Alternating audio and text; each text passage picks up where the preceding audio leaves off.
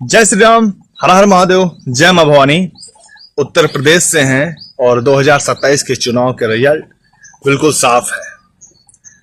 अगर बसपा जीतेगी या समाजवादी या भाजपा, ये क्लियर नहीं जनता करती है।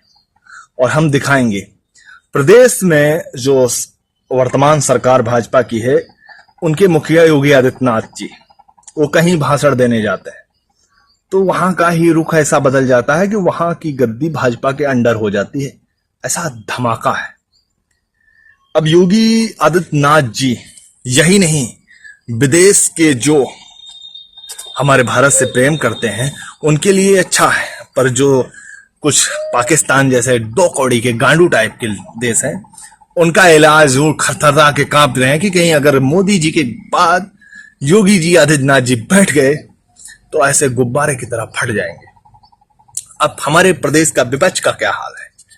जनता जिन्हें जनार्दन, जो समाजवादी का कुल वोटर हुआ करता था, मुसलमान, देखिए आपने देखा चाचा जान को जो काम बाबा जी कर रहे हैं वो हकीकत राइट कर रहे हैं, बिल्कुल राइट कर रहे हैं। अब यादव समाज अखिलेश जी के लिए क्या कहता है, खुद देखिए। क्या नाम है आपका? मेरा गुड्डू यादव। गुड्डू यादव जी कौन बनेगा मुख्यमंत्री 2027? आपने देखा। अब हम बात करते हैं पीडीए की एकता, जिनका छल से वोट लिया जाता था। बहुजन समाज पार्टी मतलब मायावती जी का वोट काटने के लिए समाजवादी में अखिलेश ने नीला अंगोछा पहना। मायावती जी भड़की, पर इनकी असली मानसिकता हम मॉडर्न है, लेकिन हम सब एक आपस में एक साथ रहते हैं। सबका विकास ये नहीं। बाबा साहब अम्बेडकर जी का अपमान करते हुए समाजवादी कार्यकर्ता मूर्तियों पर कैसे लांछन लगा रहे हैं, आप देखिए। शबनम जी, ये बताइए, आप कह रही है योगी बाबा सरकार चाहिए, क्यों ऐसा क्यों लगता है? लास्ट में यही कहेंगे, जो इनका कुल होटल था छतरी, सब कुछ सुविधा करी है उनके लिए इन्होंने इतनी हमदर्दी लगाई जो 2022 में 37 सीटें पा गए। फिर उनको ही राणा सांगा के मुद्दे पर अपमान करने का कार्य किया। तो ये बात पक्की है, यूपी में 2027 में फुल बहुमत से योगी आदित्यनाथ जी फिर दोबारा सीएम बनेंगे। जिसको वीडियो सही लगी हो शेयर जरूर करना। जय श्री राम, हर हर महादेव। बताइए, योगी जी के पश्चिम बंगाल में जाने से चुनाव पे क्या असर पड़ता है? पलट गया चुनाव।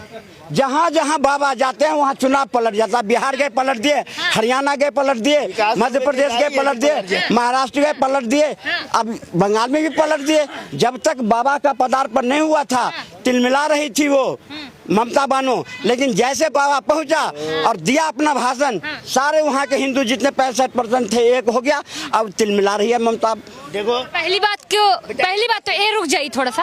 पहली बात कि सीएम है वो एक सिटिंग सीएम, उनको बानो मत बोलिए, बनर्जी उनका बहुत सुंदर सा टाइटल है। दूसरी बात, अगर होता महिला होती तो इस तरह की उसकी भाषा होती, जो 8 बजे के बाद घर से नहीं निकलो, स्टूडेंट अपने हॉस्टल से नहीं निकलो, और अगर रेप हो जाता है तो 10 लाख रुपया देंगे। इस तरह की ओछी बयान जो अगर कोई दे रहा है, उसको कैसे हम स्वागत करें, कैसे उसको हम समर्थन करें, कैसे उसका सम्मान करें? उसने बंगाल की महिला को एक बाजारू महिला समझ लिया। उसने बंगाल की महिला के साथ उसने जो दुर्व्यवहार किया है, बंगाल के 65% हिंदुओं के साथ जो किया है, अब उसका बदला ले रहा है। अभी अगर बंगाल नहीं जागा तो आने वाला टाइम में बंगाल नहीं